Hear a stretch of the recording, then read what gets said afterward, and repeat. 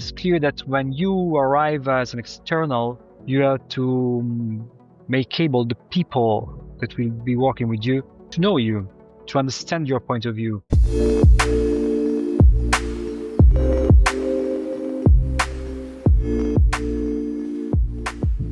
Hey, welcome back to Manufacturers Make Strides. I'm Martin, and today we're talking about changing a business culture from revenue to profit driven.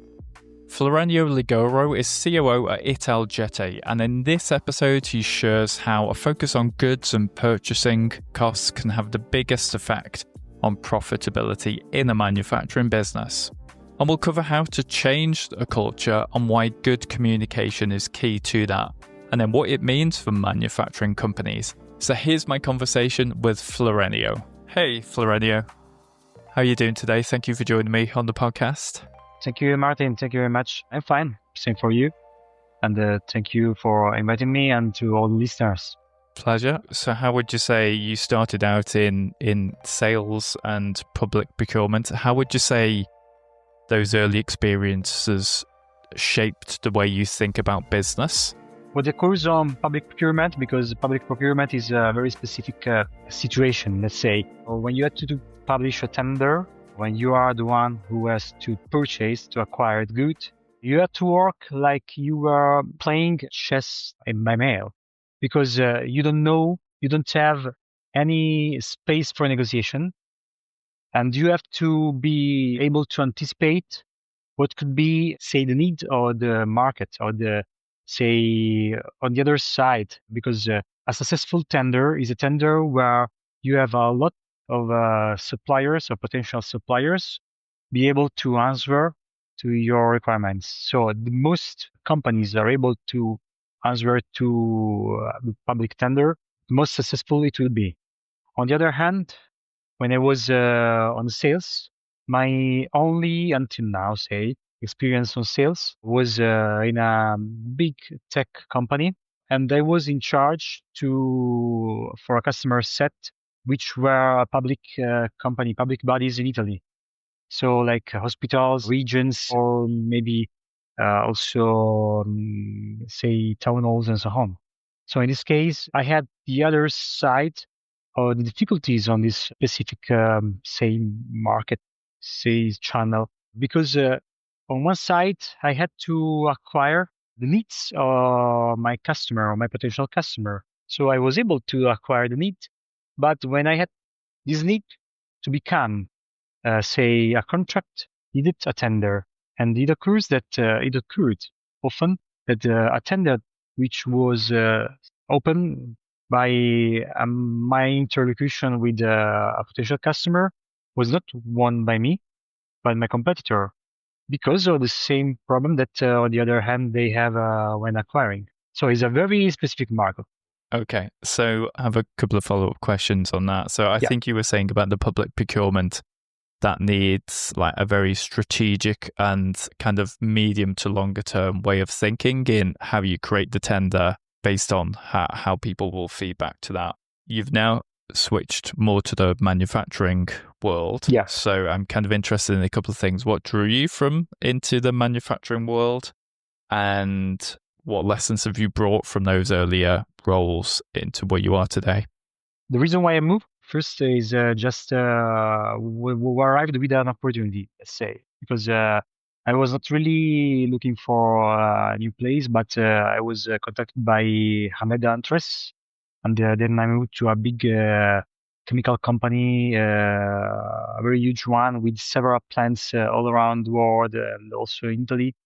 And at the beginning, I've been in charge for several, say, purchasing categories during the years. I spent almost 7 years in this group. I was in the central department of our group in Italy. I learned that, say, generally speaking, when you are in procurement, what is your aim is to protect the margin of the company in which you are working in, because it's much effectful to have a good negotiation in purchasing, because the effect is fast. I negotiate today, since starting from tomorrow, I will order with new prices, with new, say, payment terms and so on. While if you need, as a salespeople, to increase the margin of your company, it will take much more time because have to start to ask to your customer if he wants just to talk with you about a price increase. Then you have to negotiate for the price increase. So the impact is much more fast working on COGS because, say, most of my experience was on the direct purchasing. So for raw materials, packaging, and so on, the front line in the, say, the battle for the margin for the company. Okay. All right, great. That's interesting. Thank you. So I have another question on that then. So is there a balance between, so what I understand that you said there is that you can make a faster impact on the profit by going to your suppliers or putting a tender out to potentially new suppliers, getting that cost down and increasing the margin. Are there any hidden costs in going with the lowest cost supplier or lower cost suppliers? And how do you balance that out, kind of the overall cost? Yes, sure.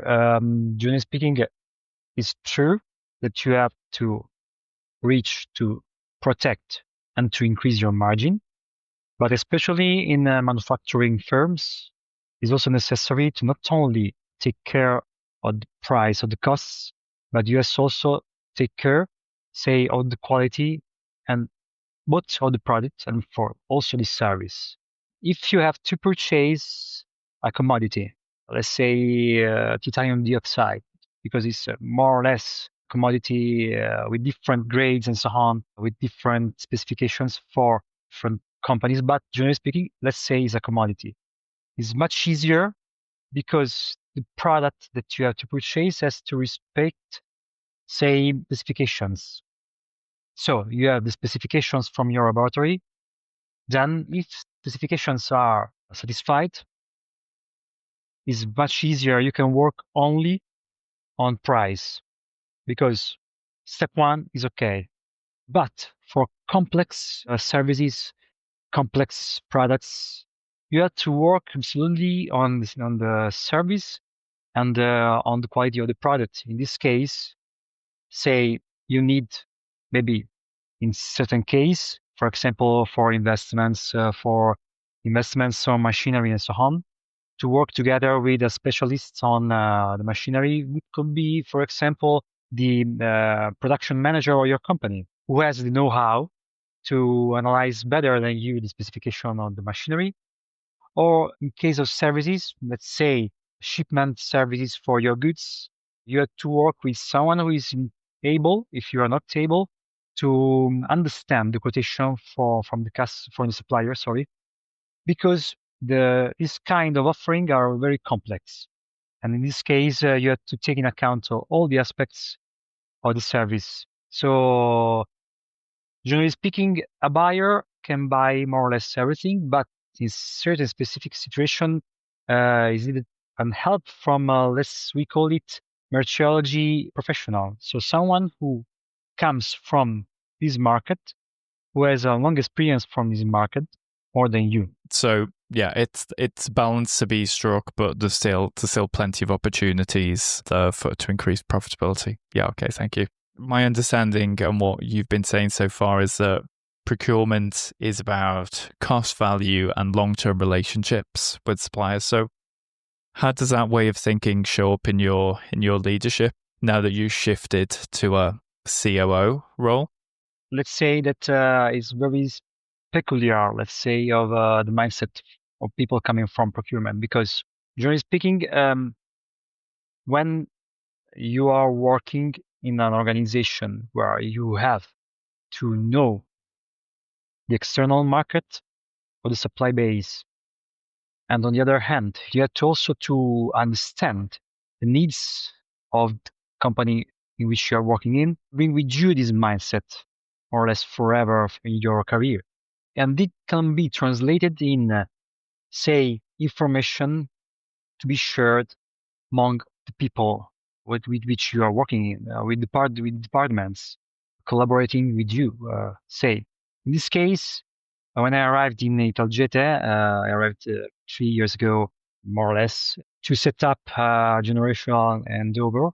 The need was to modernize an organization which was yet well known on the European market as a producer of good quality for spray paints, both for private label, because we do produce for private customers who are not producing their own spray paints, but also on the graffiti market where we are operating with two brands of our own. So what I did, was to start to set several instruments, several tools to share information among the different departments and to increase the collaboration among the departments. First step was to easily to work with the procurement department. So analyze the purchasing scope and work on it to work on COGS. It was, say, let's say the instant gratification to be reached when I arrived. Then I needed to put in the position the sales people to be able to know exactly what way they were offering to their customers. What I mean, normally salespeople work for increase the sales, increase the amount of the sales. But not everybody in the organizations has in mind what they are creating in terms of value for the company with a price which is being offered to customer. So I started to do this simple thing. First, I started to do a monthly meeting with the purchasing department. In this meeting, we do share, let's say, market insights, sentiments on the product that we purchase, and also we review the costs that we are occurring on in terms of good issues receiving the goods received in our plant. So we have the base on what we have to work with the sales department. Normally, the day after this meeting, I have a meeting with the sales department. Then we review for every customer the amount which has been sold the previous month. Then we check the margin on each customer to understand if we are, say, working in a risky way, let's say.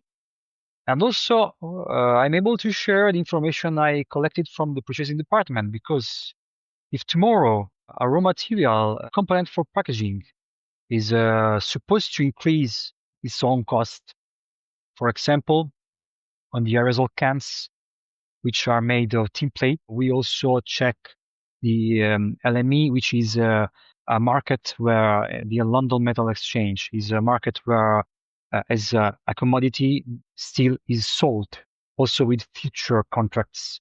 So it occurs that we check the future contracts for the next months for steel to try to understand if in next months we will occur price increases on cans. And it needed to be aware.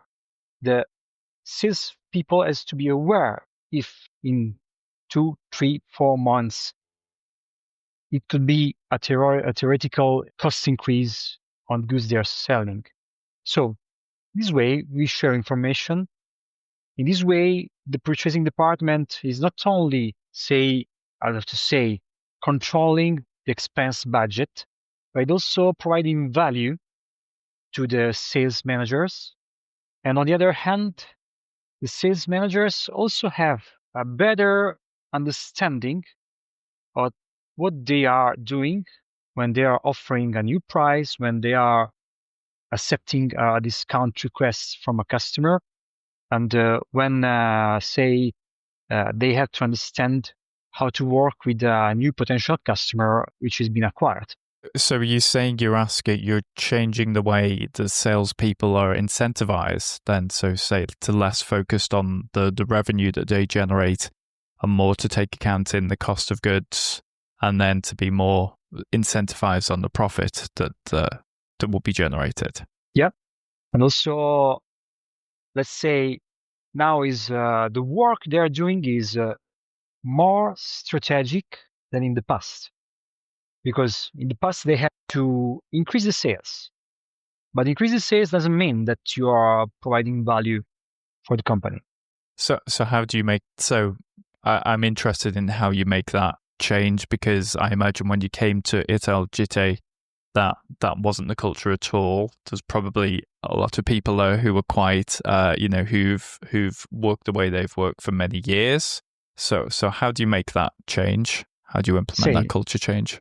It's true that there is people for many years working in the company, but the team is for a good part of the people working with me quite new, so it helped for sure. But I have to say that generally speaking, when you talk about this kind of approach with a sales manager, with a sales people, curiosity is, say, stronger than rigidity, let's say. Because the first reaction I had, especially from sales people, was, "Oh wow, I was not aware of which margin or specific margin I had from this specific customer." Say, generally speaking, they were, say, always been working on margins, but it was not controlled in a so strictly way than today. Yeah, I suppose a good benefit of this approach is kind of, if you're doing the kind of the profit analysis like retrospectively and not really informing the salespeople, then it can be a bit of a surprise. It's like it's dropped on them, or we've got to have a price increase. It's then a shock to the customers. There's not much, but if you do that kind of forecasting and understanding, kind of there's more kind of forward vision, I suppose it can potentially be beneficial to the sales people and to the customers, I suppose. Yes, for sure. Let's say, generally speaking, a good part of my customers are, say, modern organized companies, so multinational companies. They also have control on the raw materials costs. So, generally speaking, a kind of cost breakdown can be shared with them just to be aware how cost increase of raw material could impact on their final price, for sure. On the other hand, say the visibility that now the salespeople has in the organization is also, not to say more, how to say, just to, they want to find the right sentence, a way to be more impactful also in responding a request from customer that would like to change something on the formula. We have to be aware of what the formula change will impact on our margin and for sure on his own final price. Is a way to be, how to say, more partner than supplier for our customers. Okay, got it. So when you joined the business, what made you feel that this change was needed? When you arrive in a new company, what you normally see is to check the differences between what you had like experience in the past, what you are looking at now, say, and also what is your ideal organization, let's say.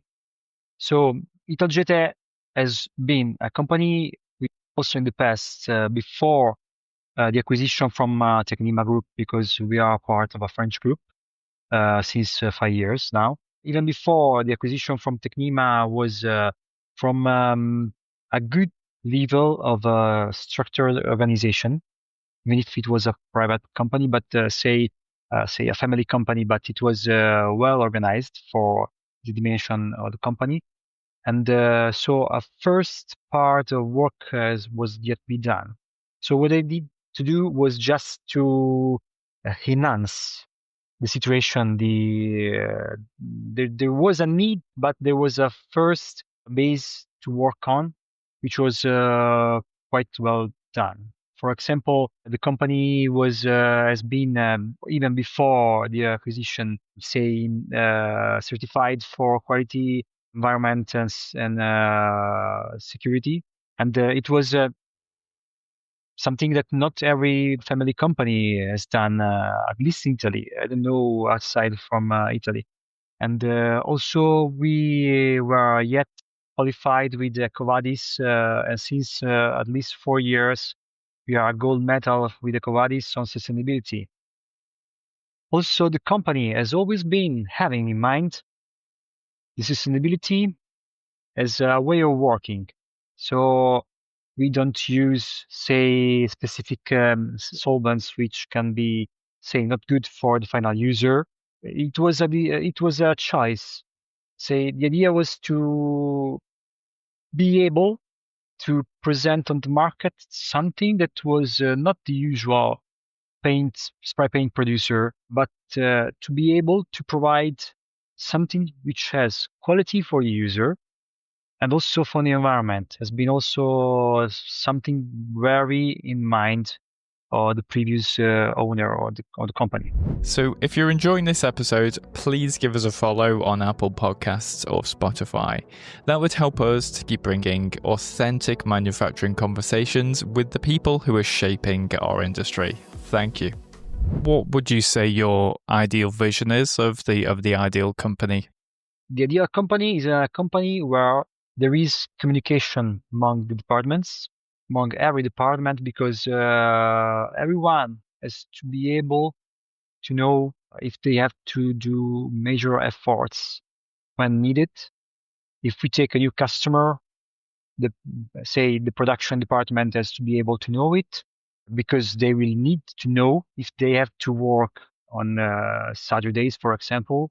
On the other hand, I just said before, the sales department has to be aware that an increase on the cost of raw material will impact on the final price for their customers.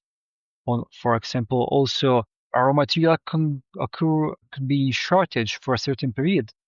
It means that some customer could not receive the specific product for this reason. So they have to be aware of it. It cannot be information that could be taken, for example, from the purchasing department or from the laboratory. So administration has to be able to to share with the sales department that maybe some customer sometimes forgets to pay on time because the sales department has to be able to say, okay, thank you for your order, but we are waiting for the expired invoice to be paid.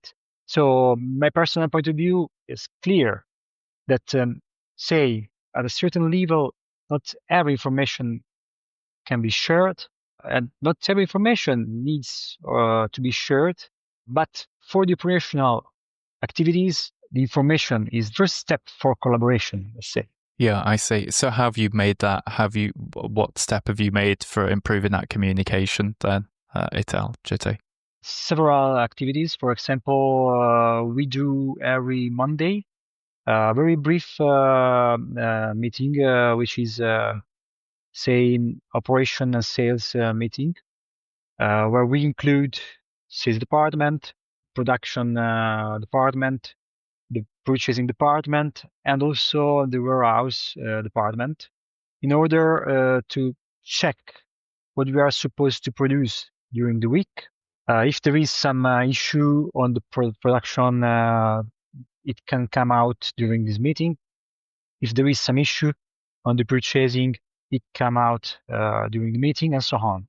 So first step, every week we have a 3-quarter meeting, and we don't even stay in a meeting room. We go directly in the production office.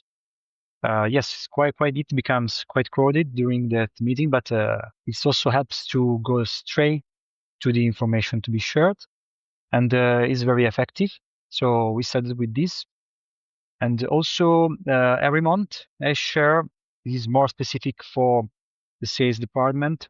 I share a file which is how to say, a kind of a cockpit where it can be showed for each channel how much we reached or the budget for the month, and also I share the margin, the average margin of the month, also to make aware colleagues from the purchasing department of how they are working, and this is also document that they use to prepare the meeting that we do every month with them, because Also, after sharing the information about, say, the customer, in a month where we don't reach the, say, the budget, we are able during the meeting to understand why we didn't do it.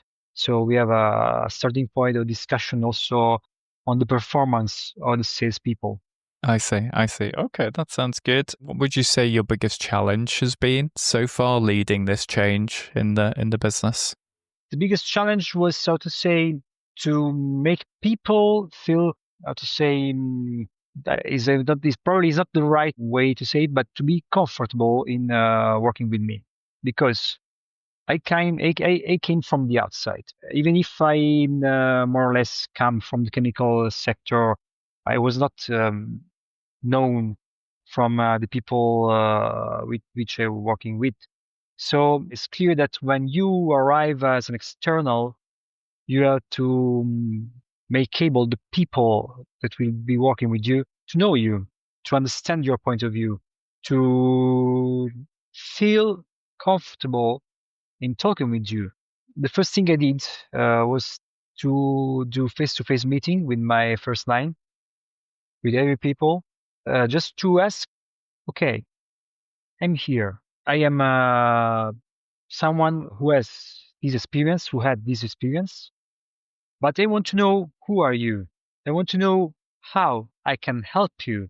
I want to know if you see space of, say, increase in the performance on the job you do, and I have to be aware if I can help you to do it. So it was a, say, not that really a challenge, but it was something that I see like needed to do when you arrive in a new organization, because you are the, say, the foreign one. Yeah, and you have to build trust with your team for them to follow you. Yeah. What changes would you like to see over the next decade, either within your business or in manufacturing industries more generally? Say, generally speaking, I would like to see more attention to sustainability. Let's say we are pushing a lot on these aspects. For example, what we did 2 years ago was to do an investment on a distiller for solvents. Say, generally speaking, when you, say, fill cans, you have paint running through the piping or your filling lines. And normally, when you have to change color, you have to clean with solvent, which is the standard solvent you also have in, say, in the formulas, but with the solvent, the pipes. It occurred that we had to use a virgin solvent to clean the pipes, but it was a lot of waste. We were, say, wasting tons of solvent which could be used for production, but also it was generating a lot of waste. So we invested on a distiller which is able to separate the solvent to the powder part of the paint which has been cleaned.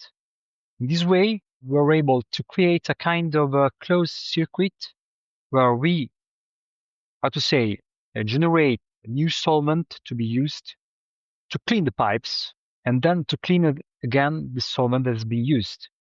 So we dramatically reduced the waste for this kind of products. So I think it's something that BS has to be in mind or in the producing firms.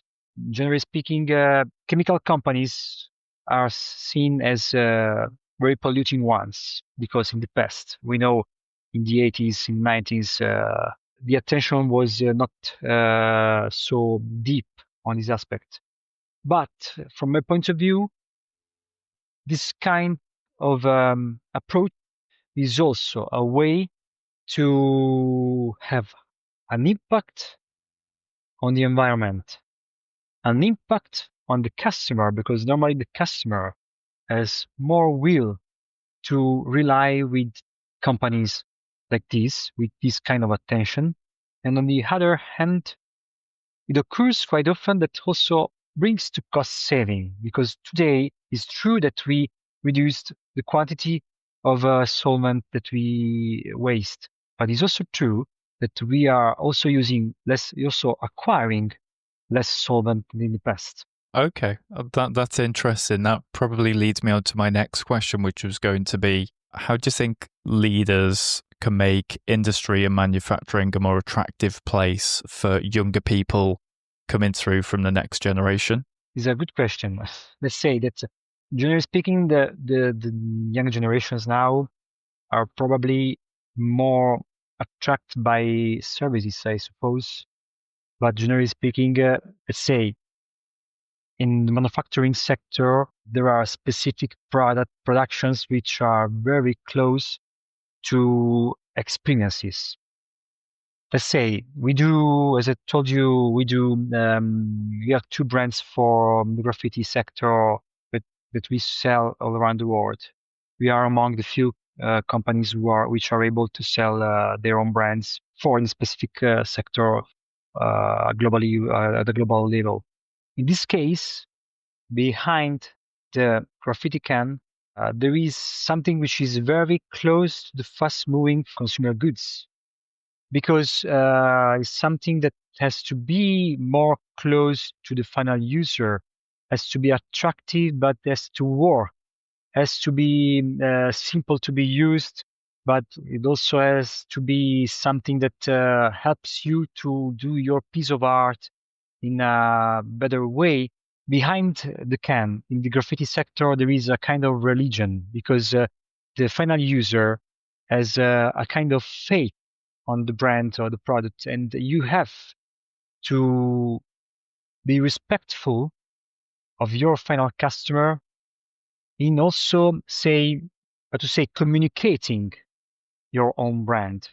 And this is something that is right. We do produce paint. We do produce aerosol cans because we fill cans with our own paint, but it's something that gives you the pragmatic aspect of the product, which is very attractive for the final user. So what I see is that the younger people working for us are very attracted from this aspect.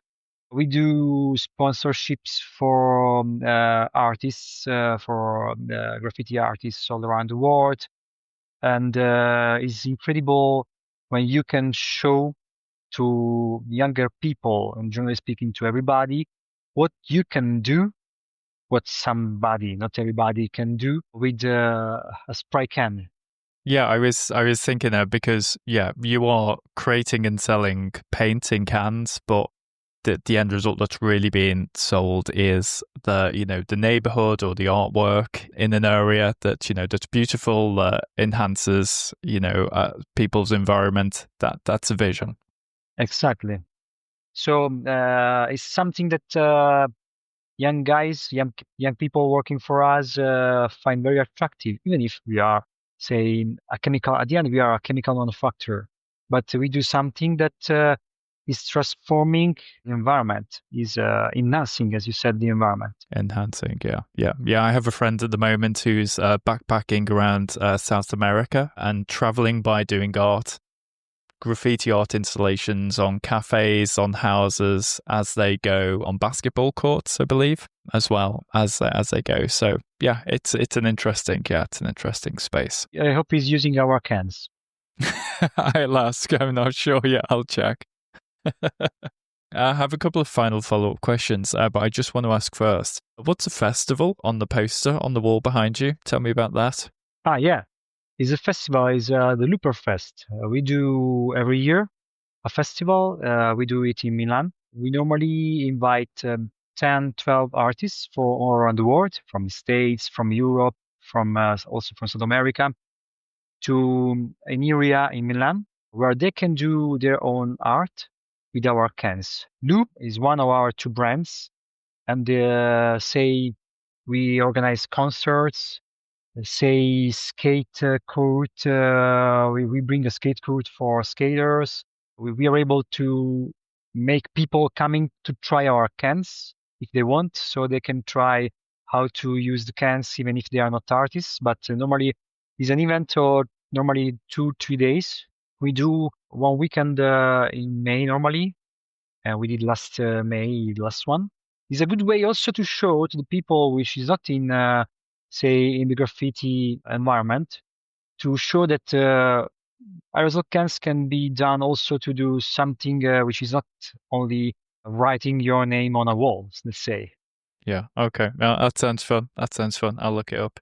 Okay, let's just sum up then. So if you could sum up your vision for the future in one sentence, what would it be? One sentence is communication is, say, the backbone of the organization. As I said, share the relevant information with the relevant ones which can have an impact on, say, working, managing this organization with this information in order to have an impact for the organization is the key. This is my personal vision.